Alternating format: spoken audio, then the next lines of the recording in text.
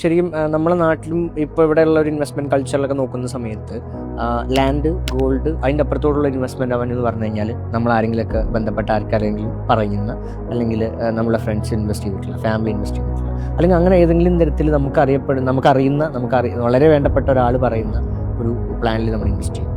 അത് നമ്മൾ പൈസ എടുത്ത് അങ്ങോട്ട് കൊടുക്കുന്നു. അതെങ്ങോട്ടാണ് പോകുന്നതെന്നോ, എന്തിനാണ് നമുക്ക് വരുമാനം വരുന്നതെന്നോ, അവരെങ്ങനെയാണ് അതിനെ മാനേജ് ചെയ്യുന്നതെന്നോ, അവർക്ക് അതിൽ എത്രത്തോളം എക്സ്പീരിയൻസ് ഉണ്ടെന്നോ, അവർ ചെയ്യുന്ന പ്രോസസ്സ് എന്താണോ, ആ പ്രൊജക്റ്റ് എന്താണോ, അതിൻ്റെ പൊട്ടൻഷ്യൽ എത്രത്തോളം ഉണ്ടെന്നോ, അവരുടെ കറണ്ട് പ്രോഗ്രസ് എന്താണോ, ഇതൊന്നും തന്നെ നോക്കാതെ പ്യൂർലി ആ ഒരു എമോഷണൽ കണക്ഷൻ്റെ ആ ഒരു മൗത്തിൻ്റെ രീതിയിൽ അത് സ്പ്രെഡ് ഔട്ടായി പോകുന്ന സിറ്റുവേഷൻസാണ് ഇന്ന് നമ്മുടെ നാട്ടിൽ ഇത്രയും അധികം സ്കാമുകൾ നടക്കാനുള്ള ഒരു സിനാരിയോ. കാരണം നമ്മൾ ഏത് സ്കാമുകൾ എടുത്ത് നോക്കുകയാണെങ്കിലും ഇവർക്കൊക്കെ കൃത്യമായിട്ടുള്ളൊരു പാറ്റേൺ ഉണ്ട്.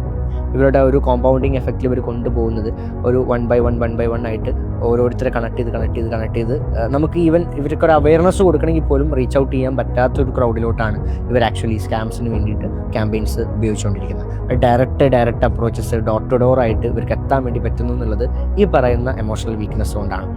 അതിനെ ആ ഒരു ഫേവറിസത്തിനെ, അല്ലെങ്കിൽ നമ്മളെ ആൾക്കാരുടെ ഒരു പോസിറ്റീവ് അഡ്വാൻറ്റേജിനെ എങ്ങനെ ഇവർക്ക് മിസ്യൂസ് ചെയ്യാം എന്നുള്ളതാണ് ഈ പറയുന്ന ആൾക്കാർ യൂഷ്വലി ചെയ്യാറുള്ളത്. സോ നമ്മൾ ഒരു ഇൻവെസ്റ്റ്മെൻറ്റ് ഡിസിഷൻ എടുക്കുന്ന സമയത്ത് ഒരിക്കലും നമ്മൾ ആരെങ്കിലും ഒരാളെ ഇൻവെസ്റ്റ് ചെയ്തെന്ന് വിചാരിച്ചിട്ടോ, അല്ലെങ്കിൽ ഒരാൾ പറഞ്ഞെന്ന് വിചാരിച്ചിട്ടോ ഇൻവെസ്റ്റ് ചെയ്യുന്നതിൽ അപ്പുറത്തോട്ട് കുറച്ച് ലോജിക്കലായിട്ടും പ്രാക്ടിക്കലായിട്ടും തിങ്ക് ചെയ്യുക. ഈ പറയുന്ന ഫാക്ടേഴ്സൊക്കെ അതിൽ ചെക്ക് ചെയ്യുക. നമ്മൾ അറ്റ്ലീസ്റ്റ് നമ്മൾ ഈ കൊടുക്കുന്ന പൈസ എന്തിനാണ് അവർ വിനിയോഗിക്കുന്നത്, അതിൽ നിന്ന് എന്ത് പ്രോസസ്സാണ് അവർ ചെയ്യുന്നത്, അതിന് അവരെങ്ങനെ വരുമാനം ഉണ്ടാക്കുന്നു, അതിൽ നിന്ന് എങ്ങനെ നമുക്ക് വരുമാനം തരാൻ അവർക്ക് പറ്റുന്നു, ഇതിന് എത്രത്തോളം പൊട്ടൻഷ്യൽ ഇനി ഫ്യൂച്ചറിനോട്ട് ഉണ്ട്, ആൻഡ് ഇതിൻ്റെ കറണ്ട് പ്രോഗ്രസ്, ഇപ്പോൾ റണ്ണിങ് പ്രോഗ്രസ് എന്താണ് എന്നുള്ള കാര്യങ്ങളൊക്കെ നോക്കിയിട്ട് മനസ്സിലാവുമെങ്കിൽ മാത്രം നിങ്ങൾ ഇൻവെസ്റ്റ് ചെയ്യാവുന്നതാണ്.